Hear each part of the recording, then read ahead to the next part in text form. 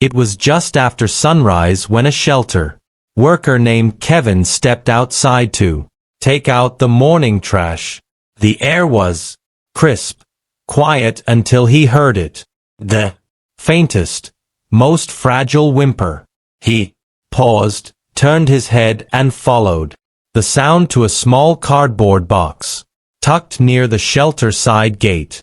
Inside, barely moving, was a puppy. No blanket, no note, just a shivering little form wrapped in a torn paper towel.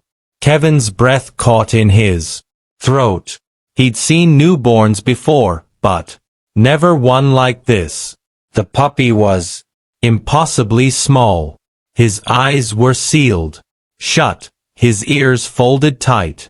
He was no bigger than a hamster, his tiny body barely heavier than a lemon. Kevin gently lifted him with both hands, cradling him like glass. "We've got a baby," he whispered, rushing inside. The shelter team sprang into action. A heat lamp was turned on, soft towels laid out, a vet summoned from the back room. "He's cold," one said. "Too cold."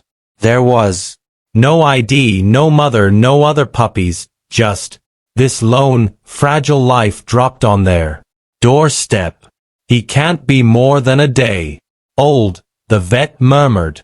The puppy didn't move. A staff member shook her head. "There's no way he's going to survive." But as they all stood there, hearts heavy, the tiniest flick of his paw twitched beneath the towel.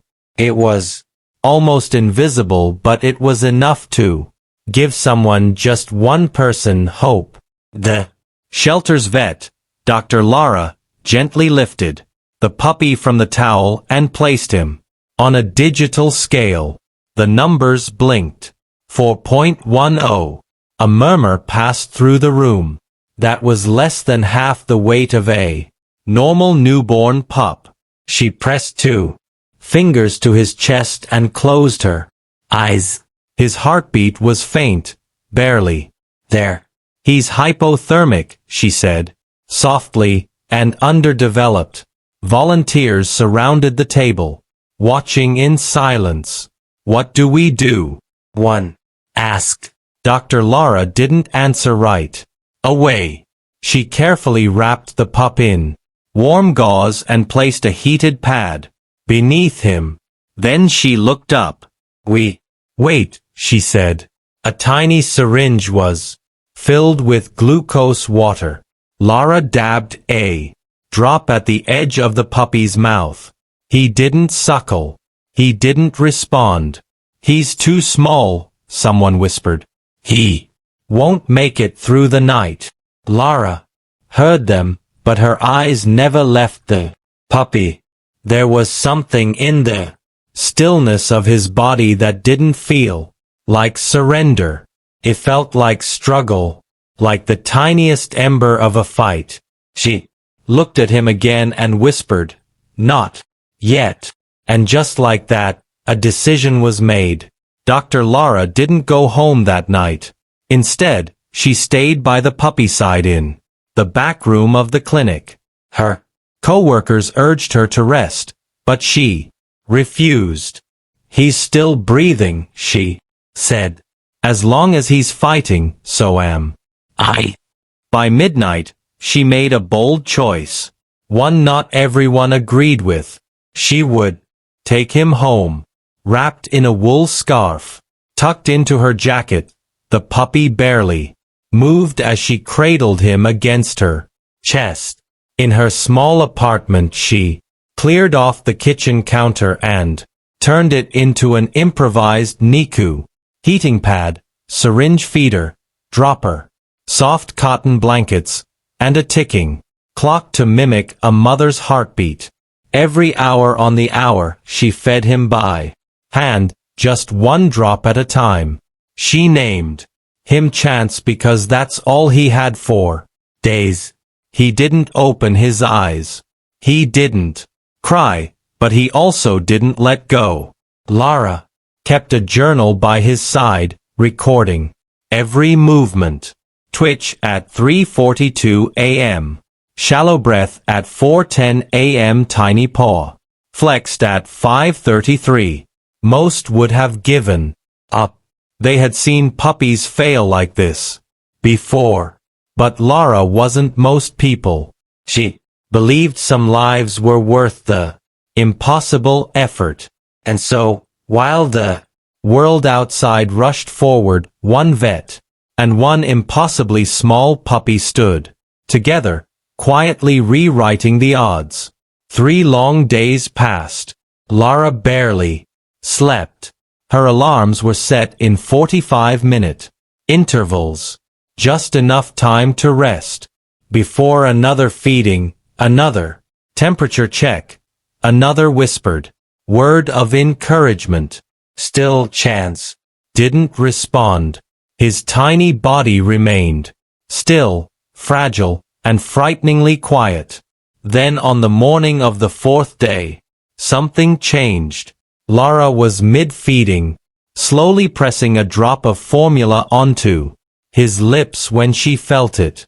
A slight nudge. At first she thought her hand had moved, but then it happened again.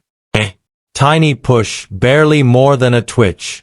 Against her thumb. She froze. Her breath caught. Chance, she whispered. The puppy's head tilted just a fraction and his mouth opened wider, searching. Lara dropped the syringe and leaned closer, tears flooding her eyes.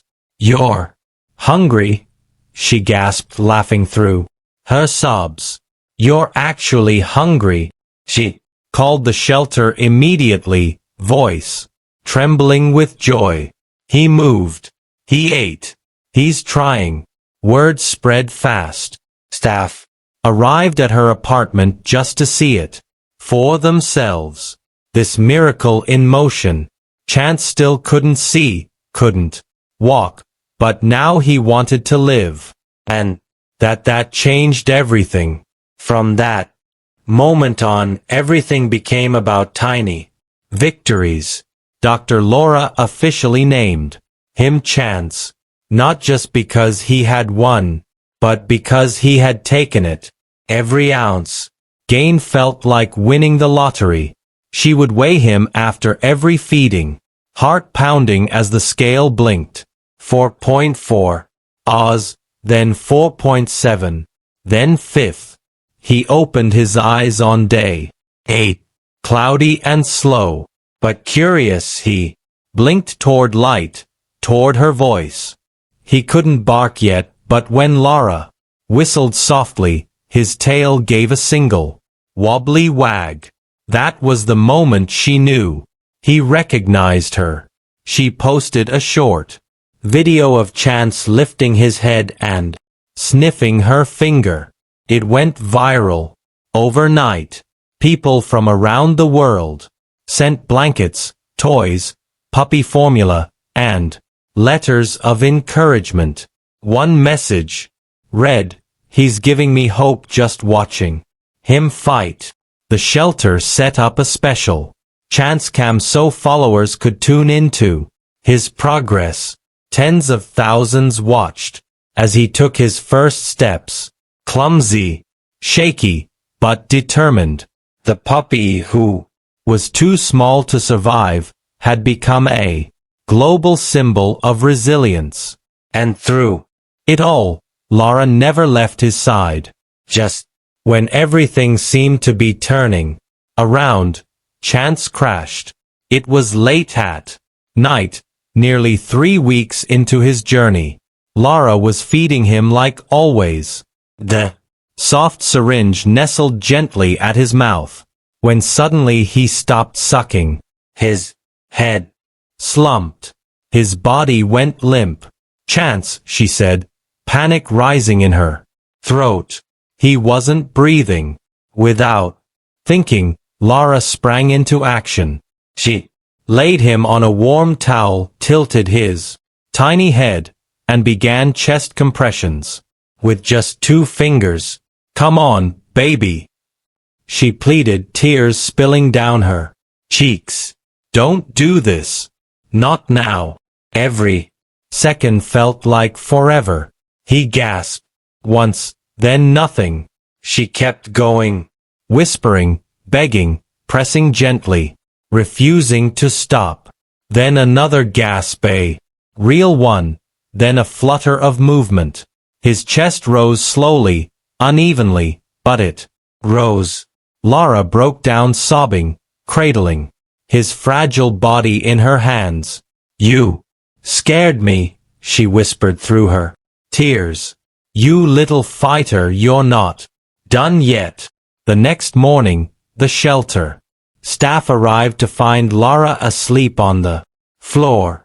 Chance nestled on her chest, wrapped in a tiny sock for warmth. He had almost left this world, but once again, he chose to stay. Chance didn't just survive, he thrived. By the time he was 6 months old, he was still half the size of a normal puppy. His legs were short, his ears a little crooked, and his bark sounded more like a squeak, but his spirit unshakable. He bounced through the shelter halls like he owned them, tail wagging wildly, tongue flopping sideways. Dr. Lara couldn't believe how far he'd come. You were supposed to die, she'd whisper during quiet moments. But you had other plans. When a local hospital reached out about their NICU therapy program, the shelter immediately thought of Chance. His gentle nature, his small size, and his miraculous survival made him the perfect companion for premature babies. And so, Chance became a healer. He would curl beside incubators, rest his head on tiny swaddled legs, and bring peace to new mothers holding on to hope. Nurses called him Dr. Chance. Families called him a blessing. And across the world, thousands who had followed his story still watched, still believed. The smallest puppy ever seen had become a symbol of the biggest kind of strength, not just survival but purpose, because sometimes the tiniest heartbeat can create the loudest echo.